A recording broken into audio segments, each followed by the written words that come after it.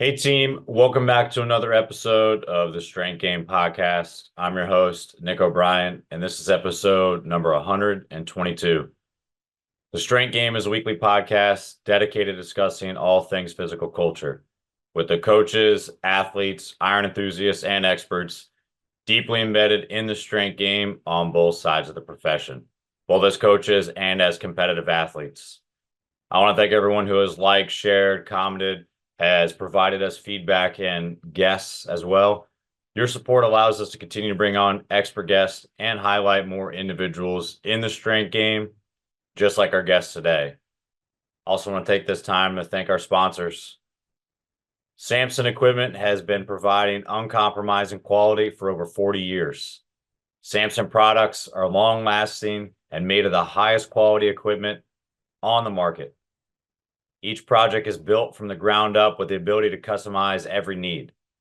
The team at Samson focuses on developing the highest quality relationships with their customers, in addition to providing them unparalleled quality in every piece of equipment bearing the Samson name. Learn more about Samson's professional weight room solutions and the Samson standard at samsonequipment.com. Also want to thank our sponsor, Cerberus Strength. Cerberus is an organization that puts the athlete first and actively works towards providing the best quality gear at an affordable price. Owned and operated by active lifters, Cerberus has quickly evolved into a global brand symbolizing quality and trust. If you're in the market for the highest quality strength conditioning gear and equipment, be sure to check out cerberusstrength.com and use promo code strength_game to receive an extra 10% off your next order. Also want to thank our sponsor, Sport Kilt. Born in Scotland and stitched in America, Sport Kilt offers the highest quality custom kilts and accessories. Every Sport Kilt is made in the USA of machine washable polyester blend fabric, offering an alternate to the traditional heavy wool kilt.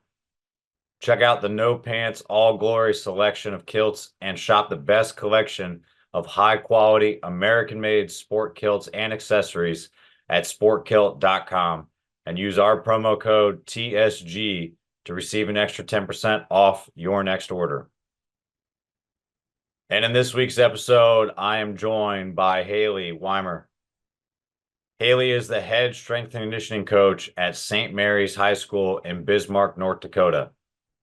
Prior to joining St. Mary's, Wimer worked in the collegiate setting as an assistant strength coach at Florida International University from May 2023 to January 2024, working with the beach volleyball, women's basketball, indoor volleyball, and assisting with the football program.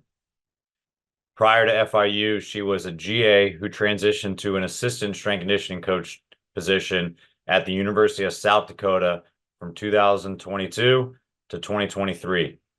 While there, Wimer took the lead with men's basketball, volleyball, track and field, while assisting with football, softball, soccer, and swim and dive.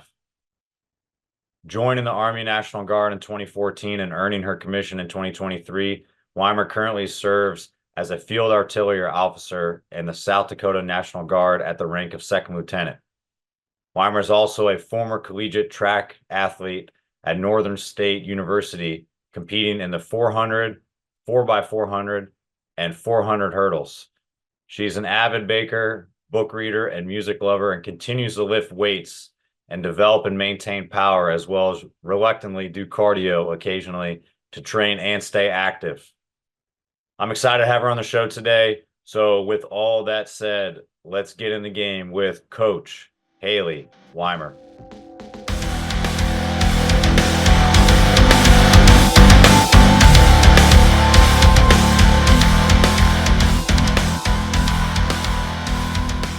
What's going on, everybody? Today we've got Coach and fellow second lieutenant Haili Wimer on the show. How's it going today? It's going pretty good. How about yourself? Good. I'm kind of in the safety at home. I know right Yeah. now at FA Bullock, and you got a lot of stuff on your plate. By the time this episode releases, we'll switch places. I'll be at Bullock, and you'll be back home. So I'll be it's thinking of you. Don't worry. hopefully mine is good. I know you're busy. You got a lot of stuff on your plate with everything going on, but it should be pretty fulfilling. And I appreciate you kind of letting sharing some inside stuff with me before I get going. So I appreciate you taking the time to come on the show today. Yeah, of course. Thanks for having me. I'm really excited to be here and get the opportunity to speak about what I know. Awesome. Hey, well, let's dive right into it. I know there's a lot of stuff that kind of going on. Been an athlete yourself, you're a coach, hmm as a fellow officer in the South Dakota National Guard, but kind of let's go back to the inception of how you really kind of got started in training, like what sports you hmm kind of played growing up, kind of leading into what you kind of currently do to train and stay active for all those things that are on your plate. Yeah, absolutely. So, believe it or not, I started out as a cross country athlete, and it was just the worst. I quit after they started making me run varsity. I was like, 3.1 miles is way too much. Get me out of here. And I realized I was a sprinter, not a distance runner. So that kind of like really made a big difference in my decision with that. And then I played basketball, obviously did track. I was a sprinter, 100, 200, 300 hurdles. And then I was fortunate enough to run in college. And unfortunately, I wasn't classified as a 100, 200 runner anymore. They put me as 400 runner. So I was doing 400 hurdles, 400 meter, the open, and then 4x4. And honestly, the 4x4 is probably the best. Coach Naki made me do the 4 hurdles, and I wasn't very good at them, but she just kept making me do them. So yeah, and I actually didn't touch a weight until I got to college. My school is extremely small. To give you kind of a context, I'm not sure like the size of your graduating class. We had 10 kids in my graduating class. Yeah, so it was really interesting and obviously a huge learning curve and development and all of that stuff. Um, and then I really enjoyed the weight room a lot when I got into college, even though I didn't really know what I was doing. And that's kind of how my love for the exercise science, world strength conditioning kind of started. But I didn't really know like where I wanted to go with it because I mean, I was young. I was just still learning everything and trying to figure out all of that stuff.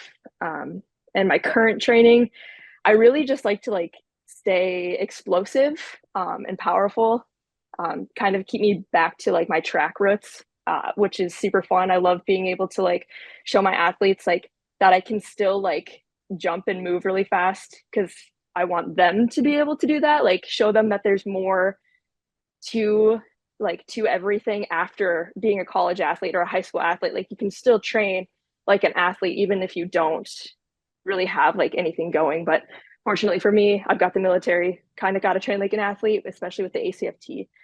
So yeah, I really try and like stay focused on all that stuff. And it's just fun. So yeah. Yeah, I think training that way is still kind of fun, and it's nice to kind of Yeah. have a goal. So like the ACFT or even just kind of understanding like what your MOS is and specifically like what your job's going to entail. You want to stay active, and then like working in the setting of like working with those athletes, you want to be able to demonstrate, you want to be able to show them and do those things, and it it's not as great to like just always kind of rely on what you used to do, like to be able to go in, like kind of get in the trenches a little bit and show them. It's a little more fulfilling. It's a little more fun to like add to the training. Because then you still feel Yeah. like it's a bigger impact in what you're doing. And it does have a bigger carryover, like when you have like a job in the military as well. 10 in a graduating class. I've uh I've had some other people from like North and South Dakota on, and same Mhm. thing. They're like, I could count on two hands or one hand how many people were in my class. I was like, I think mine was close. You had like two zeros and it was pretty close to what mine was. Like, I think Oh mine my was close. gosh. Mine was like close to almost like 1,000. It was pretty big. I think my high school was over 3,000. Um, yeah, it was big. And yeah, the 10, 10 is definitely wild, but Yeah. you definitely learn a lot of different things when you kind of go through that. But like touching on like the different, you've already said a little bit of like what you've been able to do kind of coaching wise and like seeing the tie-in hmm from your own training and everything. Like you've been in the college setting, you've now in the high school setting, but like as an hmm officer, like in the military, and like I mean, you commissioned in 20, well, you were enlisted for almost 10 years as well, too. So there's a Hmm. lot of experience like in the military as well. Like, what do you see as some of kind of those differences, like training wise from those different kind of areas, like between high school, college, and military setting, maybe from like a coach's lens? Yeah, so going from a college setting to coaching high schoolers, it really like makes you focus on the basics. Like in college, you can kind of like pick up and do a little bit more complex things. High school, you have to like break it down a little bit more, and you have to like, not saying you don't do that in college, but I feel like you have to do it a little bit more in high school because you're going to get a brand new freshman like I was, and that's never touched a weight before. And then you kind of have to like start from the ground up, which is really, I think it's really fun and really fulfilling. It's a challenge because like they're learning how to move their bodies, they're learning how to use their bodies efficiently, um, and get results. So I think that's really fun. And then looking at the college athlete, like they're already at that caliber. You're just fine tuning, is a good way that I think you can put it, and just kind of honing in on like the special skills that they need for their sport, like track. You're working on more explosive and just being efficient with the explosiveness and that quick movement. High school, you're just working on overall development because Bismarck is a really small town. So the classes are about, I think they've got like 50, 60 kids in the high school in each class ish. So these kids are playing like 3, 4 different sports like I was in high school. So you're just kind of keep trying to keep it general. And I'm sure there are like the high schools that you went to that kids focus like just on football. So you were able to like just focus more on that one sport. So just kind of trying to figure out the diversity and just kind of keep it general, but also slightly specific to what sport they're in at that time, is really interesting, and it's really fun, and it's challenging. And college, it's just they're a basketball sport athlete, like they're a football athlete, like it's just that's their job. And high school, it's not their job, which is another point. It's hard to remember that high schoolers aren't there. That's not their job. They're high schoolers. And in college, it was their job. So I think that was a really big shift for me to understand, because I was so used to like them wanting to be there, not because their parents are making them or because their friends are there and they're like, hey, do this sport with me so we can hang out all the time. The college athletes were there because they wanted to be there and because they were most of the time getting paid to be there. So yeah, that was a big thing. Yeah, I mean, that's an interesting point too. Like, again, like being back like in the Dakotas and to hear like how Mm-hmm. small that class is too. Like, I mean, that's a team. Like, that's a bigger baseball team. That's a lacrosse team, like 50 to 60 guys. Yeah. And to hear how many sports they're playing and everything, like you do have to be very general. And I think at some of the big schools, like bigger high schools or private high schools, you start seeing like the development isn't there, like the training age and like just the preparation isn't necessarily there for those high school athletes, but they're already being so specific and honing in on one or two sports at that level. And sometimes they kind of peter out when they get to college, or there's so many Mm-hmm. kind of deficiencies or issues that you kind of have to like almost backtrack for, even if they have like a quote unquote better training age, but they've been playing their sport solely longer than others. Like it's pretty Yeah. neat to like have like 50 or 60 that are just like playing four sports, but you see them year round. So you can kind of keep it general because you know there's gonna like season to season they're going into another sport, and maybe they find their like groove and find like the one they really enjoy by the time their senior year, or they're starting to like maybe get some offer letters or consider moving on from that point. And then you can really start like, hey, these are the things you need to do because you have that background in college to know like, hey, these are the things that a college strength coach, a college sport coach is going to kind of look for. Does that start to kind of pop up as I know you've been there, like this is kind of the first year going in the second year of the high school, but Yeah. those conversations kind of start to be held a little bit more when they're getting closer to graduating and maybe considering pursuing a college athletic career? Surprisingly enough, not like any of those kids want to go compete in college. the one, at least the graduating class that just graduated, I don't think a single one of my athletes went on to do a college sport. It's a very like academic heavy school. And I kind of was gauging when I first got there, like asking like the younger classes, and there were just a few, like it was probably maybe 10 total that wanted to like go on to that next level. So I really haven't had that conversation with them. But I hope to, if they really start to like get their interest piqued, and the more I work with them, the more like they're like influenced or encouraged to go take that next level. So I hope I can be that for them. That's interesting. Like, does that, like, knowing that right now, and obviously that can change from class to class, and you're probably still going to have even a handful of those individuals that are going to want to pursue it, and that's an easy conversation to have, just know having the background you have like from college. But does that kind of change your mindset a little bit, knowing that it's almost what we have in college? Like when you're thinking of a lot of Olympic sports, like the majority of my players, as soon as they're seniors and they graduate from university, they might never play that sport again, like at that high level. Like I have them for those potentially like 4 or 5 years or whatever amount of time it is, and that's it. So like it is a lot more than sports, because you're trying to develop like good character traits. You're kind of Yeah. influence like good fitness and like physical education and health benefits of continuing their training, like, and making it long lasting past it. You almost have to Mhm. do that at the high school level, because it's not it's not a guarantee that they're going to go to college and play sports. But also, if the majority of your athletes are already thinking that, and they're at that kind of even more impressionable age, like that stuff, that kind of education has to kind of come from you a lot more, does it? Yeah, for sure. For sure. Yeah, I definitely have thought about that, but at the end of the day, all I can hope to do is pass on like my like philosophy and like my core values and all that stuff. Day one, I sat them all down, like every group that came in, and I was like talking about my expectations and like the things that like I value and I want them to value in the weight room, and hoping it carries over into like their life, because like you said, we're not just developing athletes, we're developing people, especially like you said, again, at such a young age. It's like it's such a good time to be like that role model, that person that they could kind of look up to, I guess.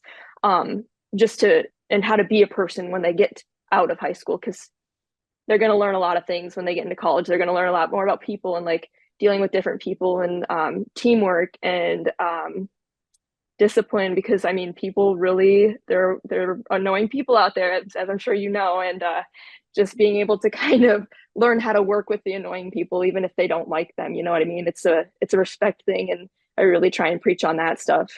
Um, yeah, just like really trying to give them those tools for the real world.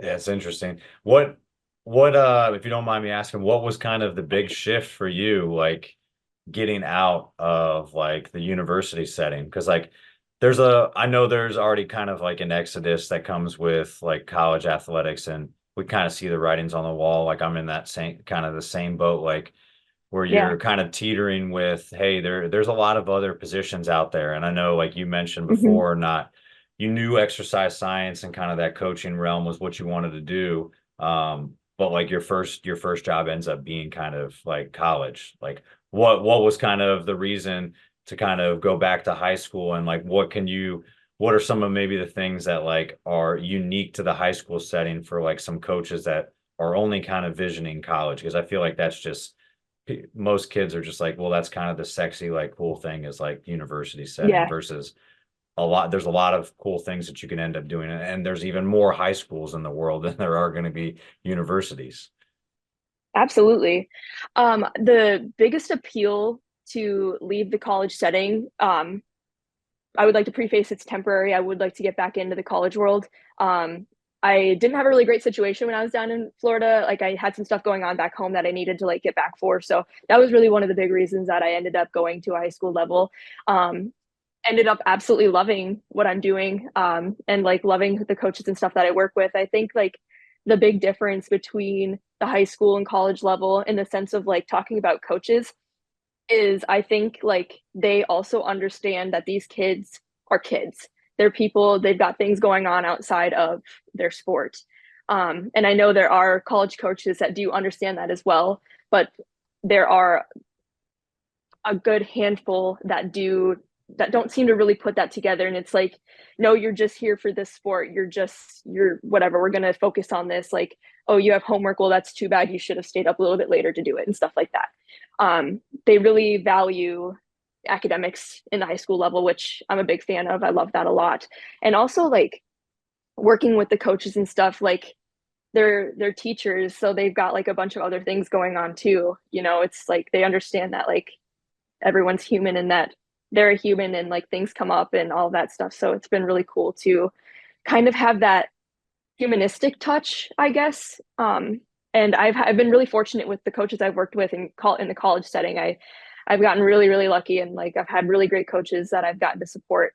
But I have heard horror stories of like that not happening. So yeah, very fortunate on that. And yeah, I hope I answered that question. I kind of got lost on that one. I'm sorry. No, that's perfect. It's not having worked in the high school setting myself, and Yeah. I think there's a decent amount of collegiate strength coaches that haven't as well. It's nice to kind of hear a different perspective from someone that's actually been kind of in both worlds, even if like your kind of heart or is like or maybe your goals are kind of to get back into that setting. Like Hmm. it's not, you can't understate it enough that it's still important to kind of go experience the other places. And I'm sure there's a bunch of things that you're going to be able to take from the high school setting, like if given the opportunity to go back in the college setting, or maybe you kind of find a new love for a high school setting, or you kind of move around and do sorts of things.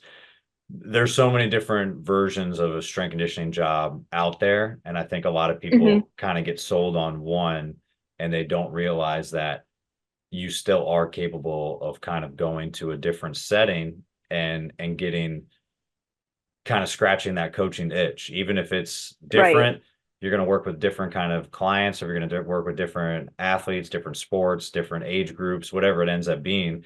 Like you can still coach in a different manner. And I Right. mean, it's a cool kind of thing to hear about. And it's nice that it's a high school setting that's kind of well-rounded and balanced on like athletics and academics, because if a lot of those kids aren't really trying to pursue an athletic career past it, like you got to be good at something else too. Right. Right. For sure. For sure. And I think time, just to kind of like add back into that, the schedule's so much better. So much better. You're not waking up at like 4:30 a.m. and then you're not spending all day at the school at the weight room. You wake up maybe like 5. I'm there till like 7:30. I get to go home for a little bit, and then I come back around noon and I do some office work and prep, and then I'm gone by 5:36 every day. So Yeah, yeah. you probably sold a lot of people just on that schedule alone. And then for anybody that has to drive through like big city like Miami traffic, Yeah.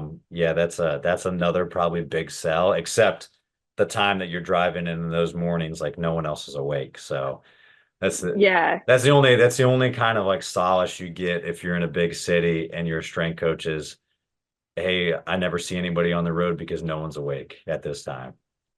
Yeah, yeah, that's the good part. And but then after school, like after hours, you're stuck in that evening traffic. So Or when you want to sneak for big away, cities, you yeah, get for off big cities, you get off early, you don't have to come in late, and then you forget that everybody else is stuck in traffic normally.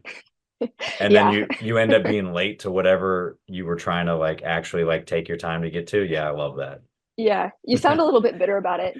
Yeah, I know exactly what it is. I get so confused. Like when the summer comes around, it's like, hey, the hours are a little bit easier. It's like, okay, well, I'm normally leaving at like 5 a.m. and I can get there in 15 Mhm. minutes. Okay, well, I don't need to be there till 9 if I'm going to leave at 8:30. I was like, nope, wrong. It's going to take an hour to get there Not a now. chance. Not a chance. Yeah, not a chance. Yeah, so I gotta always remember that in the back of my head, like it's kind of Uh, seasonal and like what time of day it is, and then I almost have to plan yeah, accordingly. But whatever, I'll get used to it eventually. Hey, so you're doing like, great. uh, I mean, for right now, once we get back in the season, we'll see how it goes. But for yourself, like kind of you coming out of high school, what was kind of your pull like? Going like wanting to go into athletics and then actually like pursue like track and field and then like Mhm. inevitably like kind of get yourself enlisted, like go the enlisted route and join the National Guard. Like what kind of came to that decision for both of those things? And like how did those kind of, because at this point in time, like they're intertwined. Like you're kind of the same as me and some other people we've had on the show before, where your military career and your like coaching career and athletic career, there it's just kind of all braided together. So like what kind of came first, or like was one always influencing the other that kind of got you to this point? Yeah, I've actually never really thought about them like all working together, coinciding, but I mean, I guess like that definitely, yeah, because I was in love with track in high school. Like that was my thing. Like I definitely am not an Olympic caliber athlete, but I had a great time and I had a lot of fun. I ran at a small little D2 school. Um, and I mean, I did well for myself. I made improvements. So I just really was focused on extending my career. I didn't care like where, honestly. Northern, I went to Northern State to start, and I thought that was a really good fit for me and my goals athletically and academically. And right out of high school, I joined the army. And I think a part of it was because like the enticement of school being paid for, like man, who could turn that down at 18? Like you don't have student loans, like come on, sign me up. And my dad also was in for 24 years. So that was another thing that kind of like pushed me to go to that level. Um, my mom was not happy with me for doing it, but I was 18. She couldn't really do anything. So, but now she's really proud of that decision and she's really happy about it. So, yeah. And then yeah, I guess like it all worked together. Coaching kind of came with like seeing like my strength coaches that I had in college. And then also I got to shadow one of my friends like when I didn't really know what I wanted to do and I took some time away from school. So I shadowed at the high school with him and I loved it. I loved what he did. I loved like the connections he had with all of his athletes. The influence he had was just remarkable. Like those kids came in and they just worked for him. Like they worked so hard and they like were happy to be there even though it sucked. Like they really embraced it. And I was like, man, this is like what I want to be doing. Like this is incredible. And then the coaching skills just kind of like branched off from like the stuff that I learned in the army. Like you said, I was enlisted for nearly 10 years. I learned a lot of things like to kind of help get that influence, connecting with people and all that stuff that benefit coaching.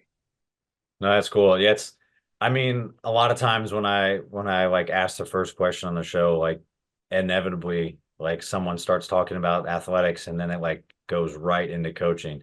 And yours is kind of the Yeah. same way where but then you add like the military aspect to it and Mm-hmm. you don't realize like how almost it doesn't probably seem it at the time when you actually go through all of it and like you experience it firsthand, but how seamless it is to like talk about, oh, well, I was doing track and then I enlisted and then I was like coaching. Like it flows together and because they almost like bounce off each other and they impact each other so much. Yeah. It's definitely cool to see that. And it definitely makes sure that nothing's boring and your plate is always full because you're ended up juggling a bunch of plates at the same time to kind of Yeah. balance the two. But it's definitely really rewarding. So and I know now that you're in Bullock, like I heard one of the cool opportunities for you was like actually commissioning. So Yes. what was kind of the reason to do that? Because that's a big change too, like kind of going green to gold after almost 10 years in. And like, what's your kind of first impressions like going in the first year as an officer? It's been it's been interesting. I mean, you kind of start like at the bottom of the food chain again, especially since like I was in the South Dakota Guard and then I IST'd down to Florida. So like no one knew who I was, no one knew my work ethic. So I was really at the bottom of the food chain. Like um, people kind of like avoid you if they don't know you, you know what I mean? Like that's just kind of like human nature. Um, so that was interesting. But then like understanding that you have just a little bit more responsibility than like you would have beforehand is kind of like scary almost because it's like, well, I don't know what to do with my hands. Like it's like how am I supposed to do this? And like your OCS, your ROTC like tells you how to do an op board, but like how am I supposed to like lead these people? You know what I mean? Like so that's interesting, and you learn a lot of that in Bolic of like leading people and like how to communicate effectively with different types of people that you might not have worked with. So I wish I would have had that before I did the IST down to Florida, because I think that would have been helpful of like connecting a little bit better with like people, and then also like learning how to use my influence as a newly commissioned officer to like the lower enlisted soldiers and like the NCOs and all of that stuff. So it was, yeah, it was interesting at first, but I feel like I'm getting a lot better. And now that I'm back in the South Dakota Guard, it's so much nicer because people know me and they know that I'm not like a shit bag and all of that stuff. So yeah, it's good. I feel like I just walked right back into like something I never left, and like my old section, like they respect the hell out of me because of all the stuff that I've like done, and like now that I'm up in this position, like they know they can count on me to take care of them. So it feels really good though.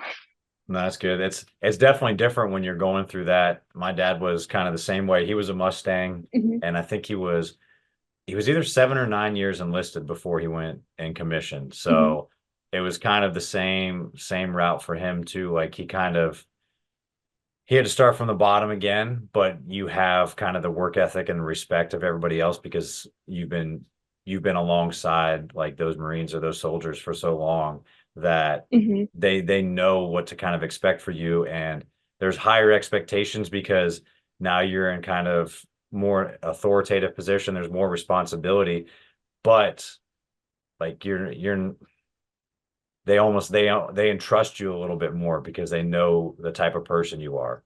And even though Right. the rank has changed too, like you almost in that position feel a little bit more responsibility and you owe it to them more, I'm sure, versus like Yeah.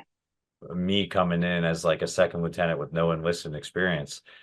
I'm like, I know everybody that's there knows a lot more than me. And my job as a butter Mhm. bar is just to shut the fuck up and then sign whatever I'm told to sign as long as it doesn't incriminate me, and Yeah. and then just learn as much as possible so that when I eventually advance in that position or take command, like you understand like what is actually being asked of you, and you know exactly like you're as close as possible to the soldiers as you can be at that time, Mhm. and make sure that the impact and decisions you make actually are positive for them. And that's the biggest thing you can do, because the further and further you go up in the officer ranks, like almost the further away you get from like that first line soldier. And it's Right. important to kind of like as like someone that goes green to gold to be able to like reminisce and like be reminded of your time when you were a private, to know like what a private is thinking, and know that like as a commander or wherever a PL at the time, like right now, like what a decision you make is how it's going to impact someone at the lowest level. And Right. I'm sure there's a lot of things like that that we could tie back into coaching too. Like how do you which should you think kind of influences the other more? Like does coaching, do you see like yourself, like the coaching side of you kind of come out like when you put the uniform on, and like when you take the uniform off and you go back in like the coaching world, do you kind of have to pull the reins back a little bit and like take maybe some of the acronyms out of your mouth so that like you remember, hey, I'm back in like my coaching hat? Or is there like a hard, hey, this hat's on, this hat's off sort of thing? Yeah, I love that question, because I really do try and focus on like one hat to the next, because military guard me is like totally different than coaching me. Like I'm intense as a coach, but when I have my uniform on, I'm locked in. Like I'm ready to like execute whatever we need to and like get it done. And um arguably a little bit more sassy too. So I definitely need to make sure I pull that back a little bit, because my athletes like definitely don't deserve that, unless they really mess up, then they'll get the hammer. But yeah, I really try and focus on taking the hat off and just being separate, like demonstrating my empathy that I would as a leader, and then also putting it into my coaching, because I do think those two do coincide. But then keeping my core values of like accountability, integrity, respect, because those also do go hand in hand. Yeah, it's I just thought of that kind of like trying to like word that question the way I wanted to, because Hmm. I've I've talked to a lot of people that like wear different hats in like different regards, or like their coaches or athletes and things like that. And some of them, it's a clear delineation between one and the other. Like you don't want to mix or match. And there's like even other people will talk like, hey, you don't take your work life home, things of that nature. Right. I don't know if that's necessarily the case. I don't know if there's really a right or wrong way to do it, but because there's so much similarities between the two, and then there's so many similarities too, like from being an athlete to a coach to being a soldier, or being anyone, any service member. Um, it's hard to like when you kind of get to the really minute stuff, like where the lines start to blur. So Hmm. for me, it's sometimes I pull myself out of it. Like the same thing you said about like being sassy. Like Yeah. I've told like colleagues like just some stuff that you only say in the field, and they're like, Yeah. oh Yeah. my God. Like I'm like, oh, I got to remember. Sometimes you just have to reel it back in and like remember where you're at when like you get fired up about something. But there are so many important character traits that you can pull from the other that definitely benefit what you're doing. But there's a set and kind of Hmm. setting to what you do for sure, that kind of, hey, Yeah. I can't cross this line. Like this is where I'm at right now. And I'm sure that line is a little bit needs to be a little bit thicker paint when you're dealing with high school kids. I could say some weird Yes. stuff to my college athletes. I can't keep it as weird as I could say to my soldiers. Right. But Right. it's definitely probably a lot different when you start going lower on the age limit and you get to a high school kid, like a freshman in high school. You're not going to say something you're going to Right. say to someone out in the field.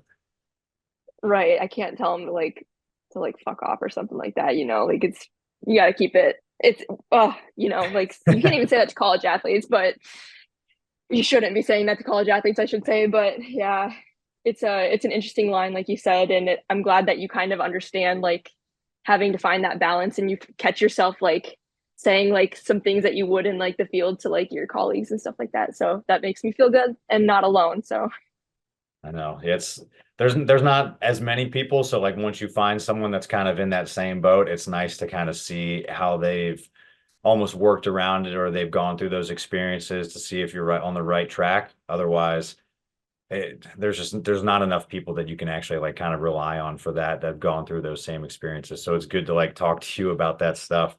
Um, yeah. when it kind of comes to like the physical training side of everything, like there's especially in the Army and National Guard, there's a wide range of like job specialties and like MOSs. I mean, any service Hmm. member.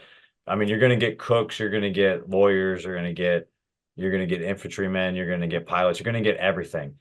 But like how does like physical training like tie back into what you kind of do like as a guardist, and how do you kind of, if at all, kind of take some of like your knowledge of exercise science and kind of like coaching and kind of intertwine that or introduce that to your unit so that they can do their job the best? Or is that kind of what you guys do kind of allocated to someone else to do?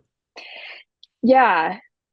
I think it's really tough with like it being the guards, because like you only see soldiers, everyone, once a month, maybe sometimes, like sometimes you've got like a month break. Um, but there was a point in time that when I was enlisted that I was assigned to be like the PT person. So like it like height, weight, PT failures, they'd have to sit in a class, and then we'd like work on stuff. Like we would actually like work through stuff from like the ACFT or the APFT back in the day. And that was always interesting, because like they don't want to be there. You know that they're as soon as they're done like for the day, they're gonna go slam a rack of Coors. Like it's just like as much as I want it to be like a thing and like a positive thing in like the guard, I just don't see it happening because you only see these people every so often, which is unfortunate because like the guard I see, you can definitely tell for the most part a guardsman from active duty for the most part. Like you can tell. Yeah, it's that's kind of the hard thing. And for me, like I relate it to some of those athletes that even though I see them all the time, I see them a lot more. I Yeah, relate it to some of the athletes that like are the ones that kind of fluctuate all the time, where they have like their bad days and they have their good days, and yeah, they're a lot harder to kind of make that connection with. And it's almost, hey, the day the weeks I the weekends I don't see you, like that's kind of your bad day. Like, hey, we got a good day, like I get to see you, like we've got a drill weekend, like this is kind of my opportunity to kind of implement this stuff. Now, it might be a good day, you think. It might not also match up with them, but like that seems like the only opportunity to do it. And it's a hard thing. And I've seen the difference between like going through like different trade-off. And I know same with you for Bullock, like the difference between active duty and going through that PT regimen and kind of being prepared all the time. And it's just kind of ingrained in what the training system looks like. And then even when you get to hmm your conventional unit, um, that's what you're going to do no matter what too. Like it's up to whatever the commander is and like that first sergeant, like what they want to do, but it's still a part of the program more so than it is when you kind of get to reserve and guard. It's kind of when we see you, it's kind of fair weather. And it's definitely right. it challenges you to like trying to get through to them. Have you found anything or like any kind of tips and tricks that like work? Because you've been on the enlisted side too. So I'm sure someone at one point in time was preaching to you that was important, but you knew it, but you're like looking to your left Yeah, and right, and someone's like, no, nah, I don't want any part of this. And then you become the person that's actually leading those PT training sessions too. And like you can see it in their eyes that they don't want to be there, but they kind of have to be there anyway. Is there anything that you've seen that like works, or is there any strategies that maybe helped from the military side that you can probably still like crack some of the tough cookies that like in when you go back to the high school setting too, like some of those athletes that just mhm. don't really want to be there, like different approaches? Yeah. It's more about, I think, connecting with that individual, figuring out like stuff that they like. So you kind of like are able to have a conversation with them and they won't dread being there as much, because like someone is willing to like connect with them. And I mean, their buddies and stuff are like there, but they're there because it's like a disciplinary action, quote unquote. So just kind of trying to make it like not feel like a disciplinary action, I feel was beneficial.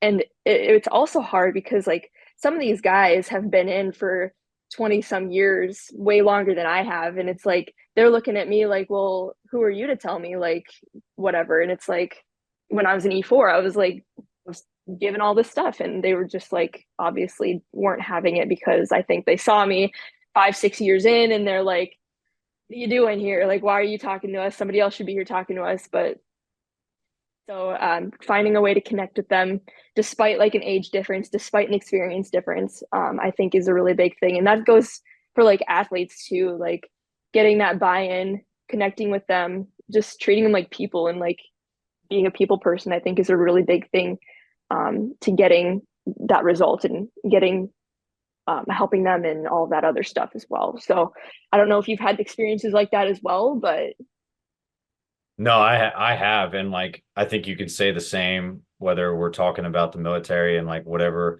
your rank and role is in it, or we're talking about like a coach either stepping into a new job or a young coach kind of stepping into their first role at a place too, like developing those relationships and kind of finding ways for them to like enjoy the process. Maybe I mean, because Division 1, it's Division 2 as well. Like it's not disciplinary action, but it's mandated.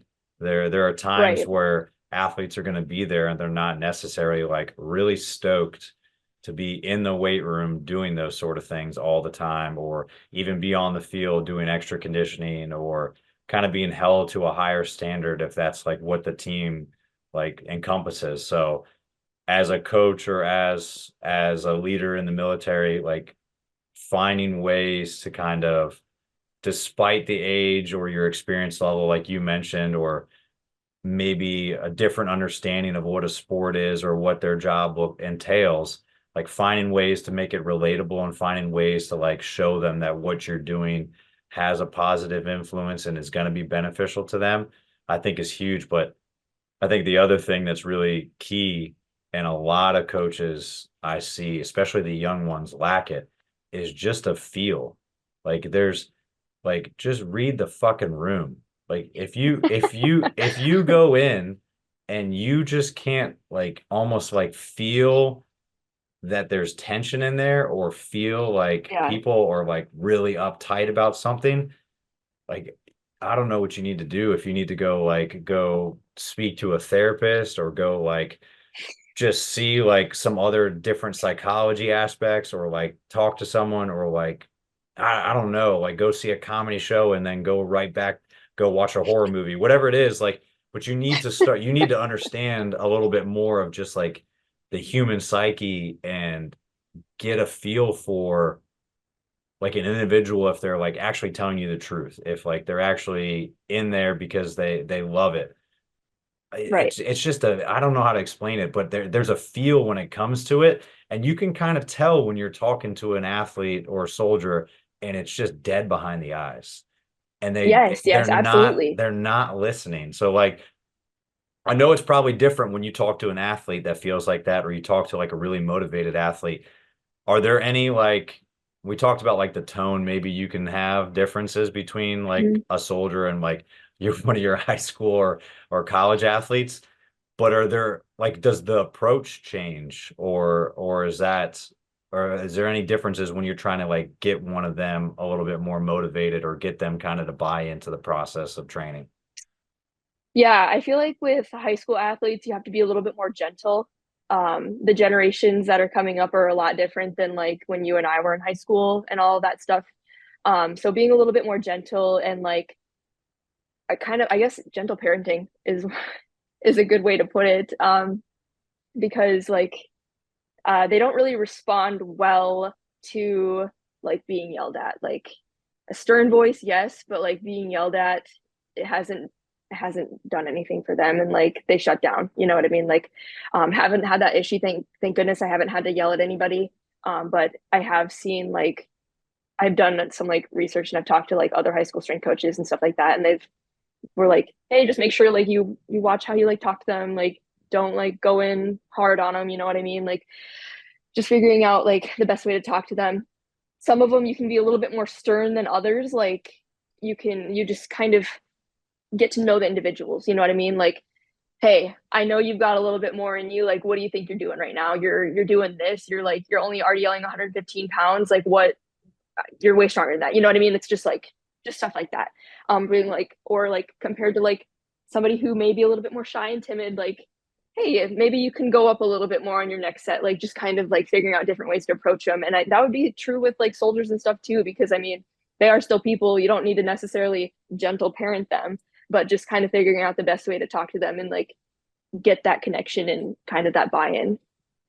Yeah, I like that. It's definitely different. I think there's still ways you can kind of hold them accountable and have Yeah. discipline, but it's I feel like we're starting a couple steps back or like a few rings down in the ladder than how it was when we kind of were growing up. And it's going to take a little bit more to kind of like work your way towards it, but you can still have kind of some accountability and some Right. repercussions for whatever actions that are not warranted. But I wanted to kind of like dive into a little bit of like the high school setting more so just because like you're new to it. Like when you Hmm. were first kind of starting and like making that transition to high school, like were there other people that you were like really leaning on or how did you kind of figure out the lay of the land and like what the expectation was and how you were going to kind of fine tune your coaching? Did you reach out to other coaches in the area? Like, was the other coaches around that kind of helped you with it? Like, it's a very different landscape than college where you can like it seems like it's more accessible at like the university level. Like I can go pick any X school, and for the 90% of the time, I can find their email and shoot them an email. They might not respond, Yeah. but high school, like sometimes you don't even know there's a high school down the road, let alone that there's a Hmm. strength coach there. So like where are you going for resources? How did you kind of get up to speed with it? Or was it just, hey, this is my office, this is the weight room, day one, here we go. Yeah, so I definitely did reach out to people who were in high school settings. It was really easy for me to like find people in the high school because the Dakotas are pretty much under a contract. Like every high school is pretty much under a contract with Stanford Power. So it was really easy to like just go on the website because I knew a couple of the people who are in a high school. One of them was my old strength coach in college, so that was just a really easy reach out. And then my friend who was in the high school setting that introduced me, I reached out to him and I was like, hey, like, what are your thoughts on this? Like, what should I be like working on? What should I be focusing on? And he like was really great. And he was just like, yeah, just really keep it general is the big thing. You can work on like minor developments and stuff like that, but looking at the population of the school and how small it is, they're like I said before, they're all like 3, 4 sport athletes. It needs to stay general and make sure we're working on injury prevention because that's really hard when you're just going from one sport to the next, the next, the next. So I was really fortunate to have those resources and be able to easily access people who were in the high school setting as well. Very thankful for their assistance because I definitely couldn't have done it without them. So, and their knowledge. Yeah, it definitely speeds up the process and kind of like shifts the learning curve a little bit more. I mean, you're going to end up inevitably having to go through it and experience yourself, but to kind of speed it up a little bit and maybe avoid some of like the shortcomings that maybe they had when they first got in, and you be able to tread a little bit more lightly on and avoid those things. That Yes, definitely helps, absolutely. especially in the first year. So with it being like such a small school, and like you said, like 3 to 4 sports, like it's just they're playing all the time, and injury prevention is Hmm. important, and kind of those transition phases going from season to season or even overlapping sports is probably wild as well. Is there differences like in how you've approached like the different age groups? Like how is it kind of structured at the school? Like I imagine if it's 50 or 60 per like class, like all the eighth graders are coming together, all the ninth graders, all the 10th, all the 11th, 12th, like they're just kind of coming together. Is that kind of this case? And then like if that is, how do you kind of like I guess advance your training or like show delineation between the two if sports are not really going to be like super specific at that level with them playing multiple Yeah. ones. Yeah, absolutely.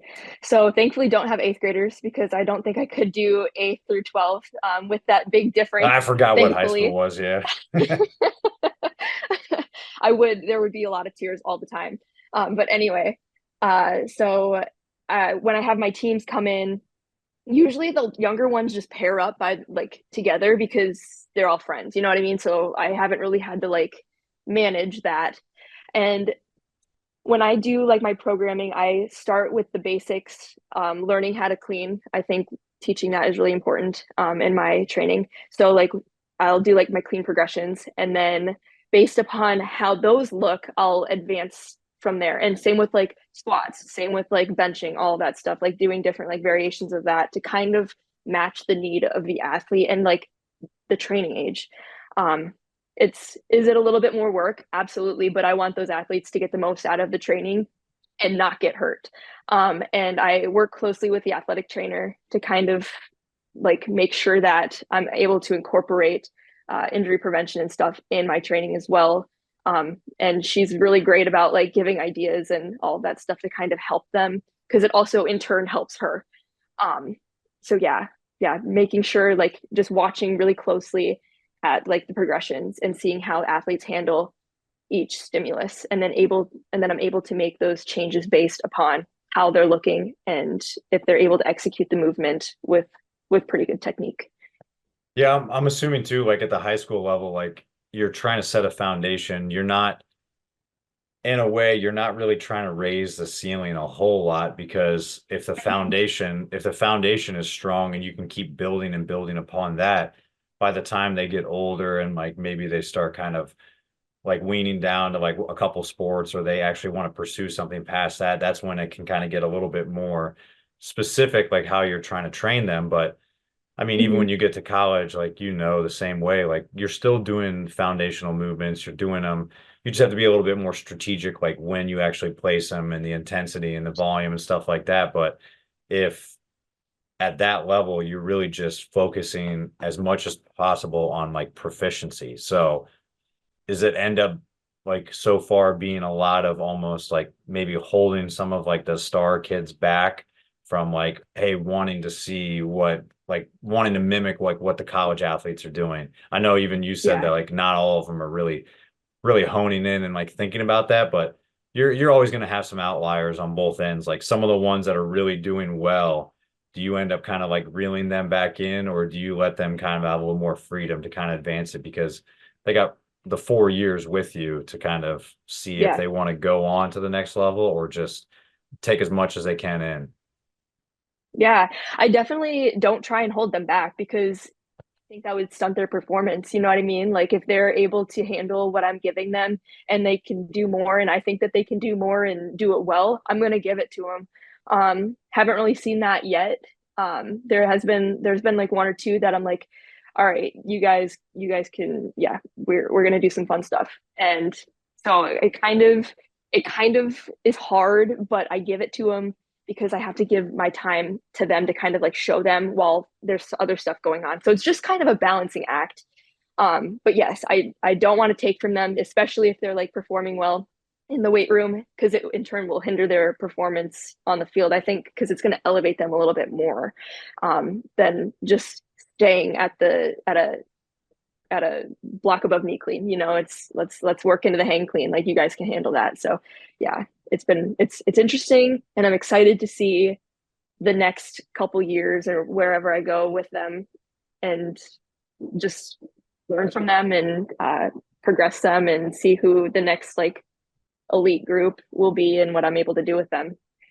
Yeah, it'll be cool after like the first year of like to actually see some advancement and see like them when they're actually in the next grade level, like what they're gonna do. And that's probably another one of the unique things about the high school level. It's like uh I'm, I don't know if you could still get held back in high school, but you're not really redshirting people like you are in college athletics. If like a red shirt Right. is probably a bad thing in high school. Yeah. So they almost have to advance, and they're at that Yeah. age where like yeah, you can do stuff wrong, but like even most of the time, like some of those kids, if they're just breathing like chalk in, they're probably going to get stronger. Like there's they should be fine. And it really is just about like having someone that's qualified there to like actually teach Mhm. them and like be proficient in the movements and find the right times and doses of how to do it and really kind of you don't have to most of them you probably don't have to push too much. You just have to kind of keep them consistent with what they're doing. With Right. you talked about like the Dakotas having the contract with Sanford Power, like it's Mhm. popping up everywhere. Like I see it all over whenever I'm searching for like when I see jobs pop up or hear about coaches that have kind of like made their way over to it and it's growing year in and year out. Was this kind of a new position for the high school or did you kind of inherit it? They actually like opened this position just to be in the high school. Like, so I am a St. Mary's employee. Like, I'm not hired out through anybody else. And I believe I want to say like I'm North Dakota's only like in-house strength coach in the high school. Because even like a couple of the colleges up there, they're like partnered with Sanford Power. So like one of the guys I know goes out to one of the colleges and works in the college, but he's like through Sanford Power, which is super interesting that like that contract is like that big, you know what I mean?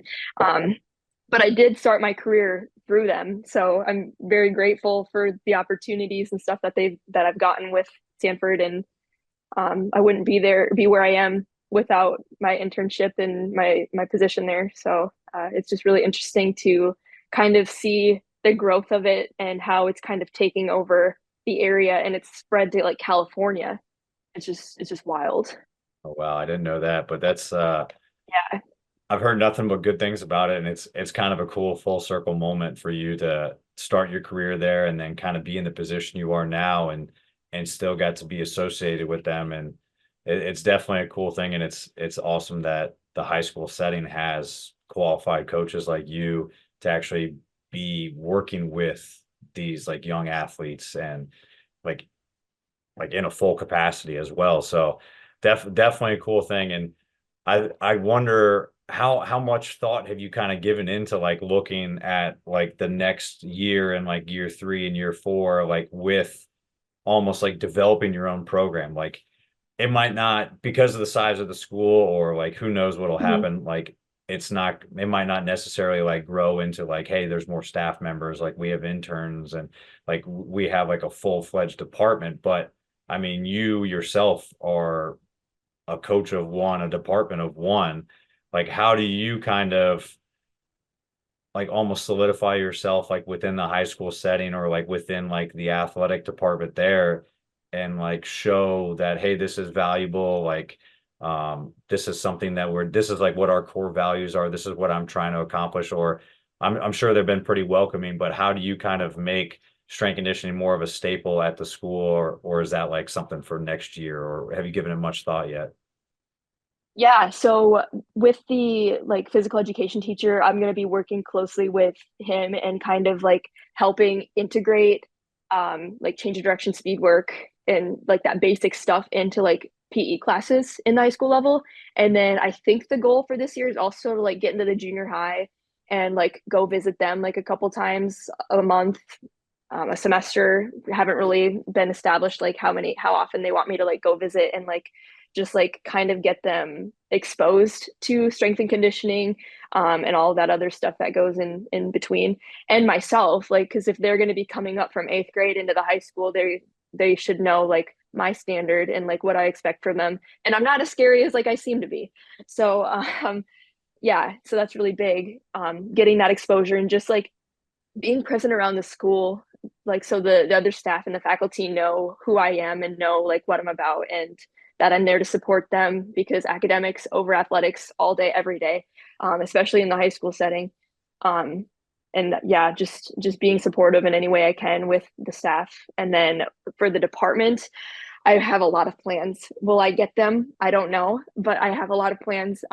If I were to have been there this summer, I really, really, really wanted to bring interns in, like 2 or 3, just because I think like they could learn a lot from like, first of all, the program is like brand new. It's being built from the ground up. That's such like a huge thing to be a part of and like and help out at. I would have loved to be at something like that. And then just like I love teaching what I know in strength and conditioning to like young strength and up and coming strength and conditioning coaches.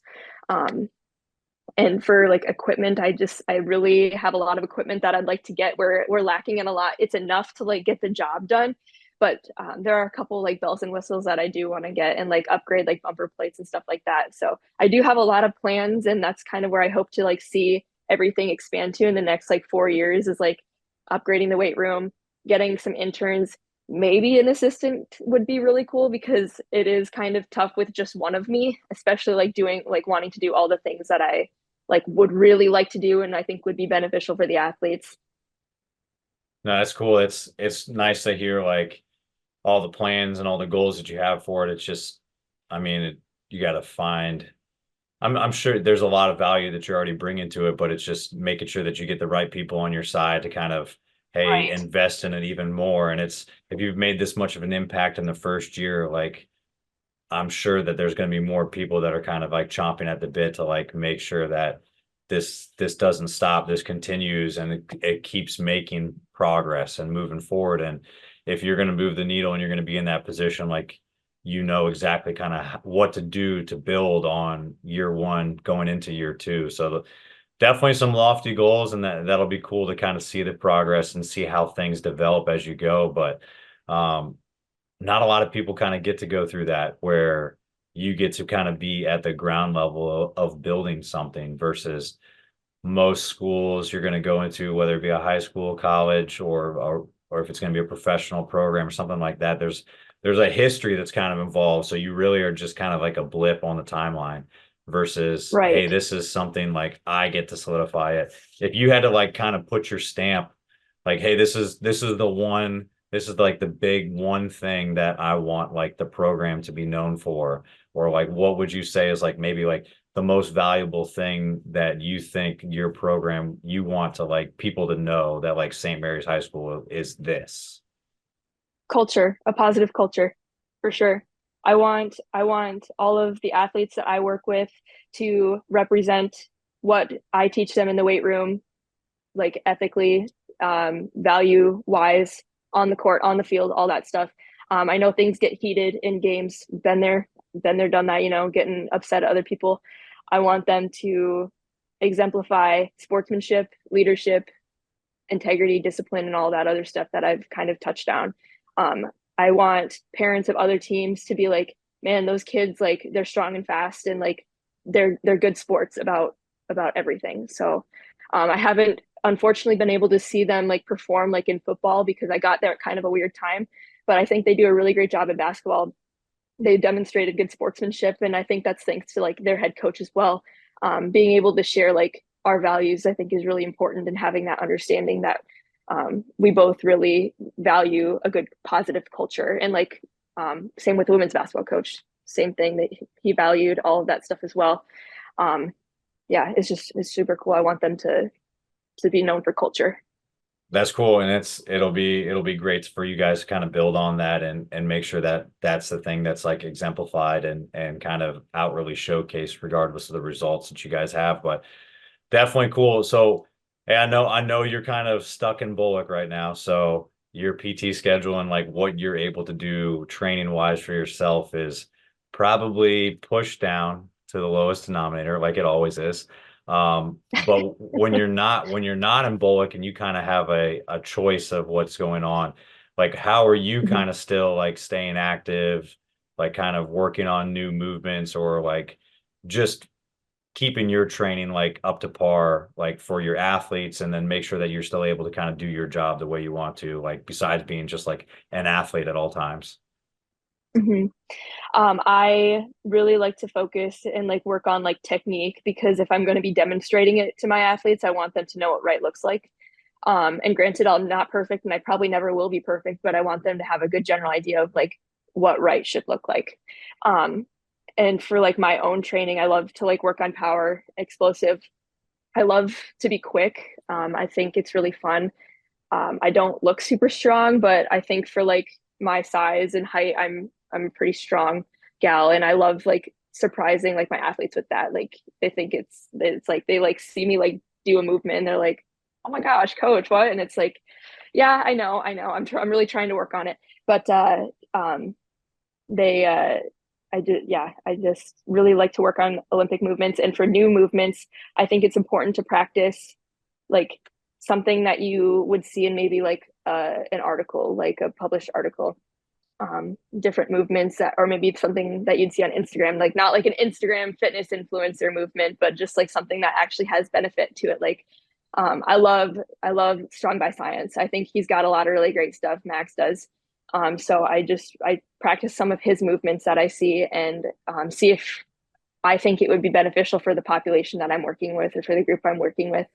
Um, because if it works, not necessarily if it works for me, but just seeing how it could possibly work for my athletes. I think it's really important to test that stuff out on yourself. And if you're not testing that stuff out on yourself and you're just making your athletes do it, I think that's wrong, because you don't know what it's going to do. You don't know the outcomes of it. And also, I think it's important to not make your athletes do something that you would never do. Like I would never make my athletes do burpees or anything crazy like that. Like it's just, yeah. There you go. I like it. Practice what you preach. Hey, so I thought about this one too, and I might have to Yeah. ask everybody that I have that's got a military background on it, especially anybody in the Army or Guard or Reserves. Um, what is the one event you would take out of the ACFT, and what would you add in its place? I get rid of that 2 mile run. That's so easy. Get rid of the 2 mile run and maybe do like an 800. I think that's a little bit more applicable to what we've got going on because if you're running 2 miles in kit, there's something wrong. Like there's something really wrong. If you got to run 2 miles in kit, it's not gonna. Most people are not. I mean, some people are still not passing. Like, and Yeah, it's just running shoes. You got to do it in kit. We're gonna be in it's game trouble. over. Yeah, Yeah, there's some people that are gonna be in trouble. And I've seen some of the SOF and like SOCOMs, their special unit like PT tests like that are outside of what the ACFT and stuff look like.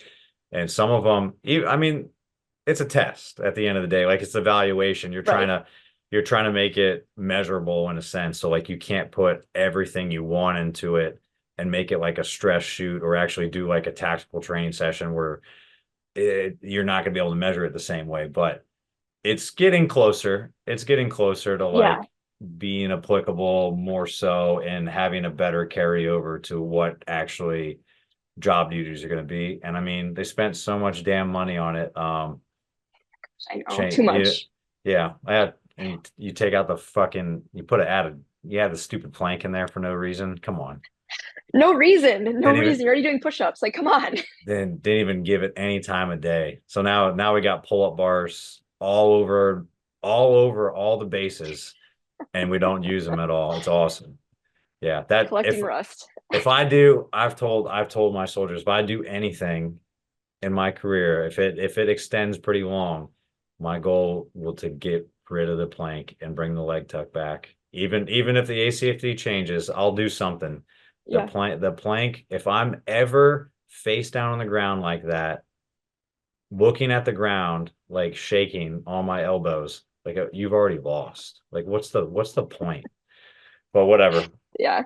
Hey, so like any good training session, we end the show with the finisher. So I got 4 quarters, 4 questions, and not anything ACFT related, but an overtime for you. So Okay. you can take as much time with it, or you can answer them rapid fire. But you ready? Let's do it. I'm sweaty, but let's do it. All right, let's go. Hey, so first one I got for you, biggest influence in the strength and conditioning profession. My friend who got me into it definitely has influenced me a lot. I really look up to him. He's now with the Miami Heat. I look up to what he does, and I look up to like all the stuff that he implements. I think he's a really great strength coach, and I think he works really hard, and I admire that. And I really strive to be as personable as he is, and just a great coach and never stop learning. All right. Hey, when you're not coaching, you're not training, and at the present moment, when you're not in Bullock, um, what are some of your hobbies outside of like work related, coaching related? Yeah, I obviously love lifting weights. Hate running. That's not a hobby. And then I love to bake. I love shoes, like sneakers. I love to hang out with my dog. Like those are my top hobbies. I also really enjoy like playing video games here and there. I try not to do that too often because then I'll kind of beat myself up. But Yeah, you can get immersed in those sometimes for sure. But hey, if you weren't coaching, what do you think you would be doing as a full-time profession if it wasn't strength conditioning? I don't know. Before I was a strength coach, I was working in a daycare. So I would like to think that I would not be there, but I really don't know what I'd be doing. Um, I'd probably try and find like an AGR position and make military like my full-time thing if that were the case. Okay. Hey, setting up an ideal training day for yourself that doesn't consist of any running. What music are you listening to and what is the best hands down post-training meal look like? Music that I'm listening to is a variation of Slipknot, Disturbed, Foo Fighters. I really like that genre of music. System of a Down. That's you can always find that staple in any of my playlists. Post-workout meal, can't go wrong with a good steak and mashed potatoes or baked potatoes or anything like that. Or hibachi. Sometimes I like to like go and get some steak hibachi, but steak is usually what I like to put in my post-workout meal. All right. And last one I got for you for overtime. What is either your favorite like under the bar memory from training or competing, or your favorite coaching memory you've had so far? My favorite coaching memory is one of my athletes when I was at USD was she suffered a pretty bad injury, and she was very, very, very down on herself, which I mean any normal person would be. It's kind of like a you're out for the season type of injury. And when she finally got through it, she gave me this like awesome card of just like, hey, thanks for always believing in me and getting me through this really tough time, and just like um thank you for impacting me and like helping me away and stuff like that, and just being a good coach and modifying things, whatever. And that's definitely my favorite thing, because it's like, this is why I'm doing this. This is like why, because it's like I'm able to help this person grow outside of athletics. She grew in resiliency. She grew as a person with my help, and it's just so incredible. Yeah, that's awesome. I mean, the wins and losses and like some of those big games and stuff like come to mind always. Like that's such an easy answer, but oftentimes you don't get to see like the impact and the influence like as a coach that you have on someone unless it's like something terrible happened, or Yeah. like there's a lot of good that can end up coming out of it. Or like, I mean, we move around so often, like neither of us have been in a position for long enough where you really get to kind of set your roots down, and then you see like athletes come back and like their lives are completely different, and like you can see the physical impact of like what your coaching and like the time that you spent with them had. So for someone to Right. kind of like articulate that and like express it to you in that moment is pretty powerful. And I'm sure that probably drives you to keep doing what you're doing and enjoy coaching and want to give back even more. So I appreciate you sharing that story. That's awesome to hear. Yeah, absolutely. Hey, so for anybody that's got any questions for you, kind of want to follow along on your coaching journey, Mhm. your military journey, wants to pick your brain, maybe if there's someone else out there that's kind of juggling all those different hats as well, where can they find you? Where can they reach out to you for any follow-up stuff? Yeah, they can reach out to me on my coaching Instagram page, which I believe is underscore Coach Haili 3. I don't really actually know it off the top of my head, but yeah, follow me there. Shoot me a message. I'd be more than happy to share my number with you. Email if that is more like your style. I'm really happy to help anybody that like has questions or anything like that. Awesome. Well, hey, we'll link it all together so that anybody that does want to reach out and is willing to kind of put in that work, we'll make sure that you vet them the right way, and they actually not wasting your time because you're so busy.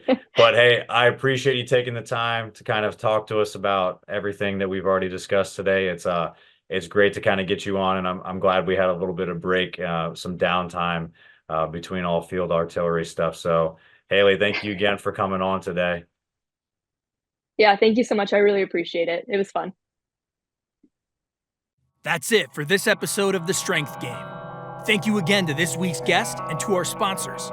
Be sure to connect and keep up with our guests at the links in the description below. Remember to subscribe to us on Apple and Google Podcasts, Spotify, or your favorite podcast provider to stay up to date on all future episodes. Also, check us out on YouTube and CoachO'Brien.com, where you can find all the video versions of these episodes, as well as show notes, episode schedule, and much more. Comments, ratings, and reviews are always welcome and appreciated. Thanks again for tuning in, and be sure to join us next week for another great episode of The Strength Game.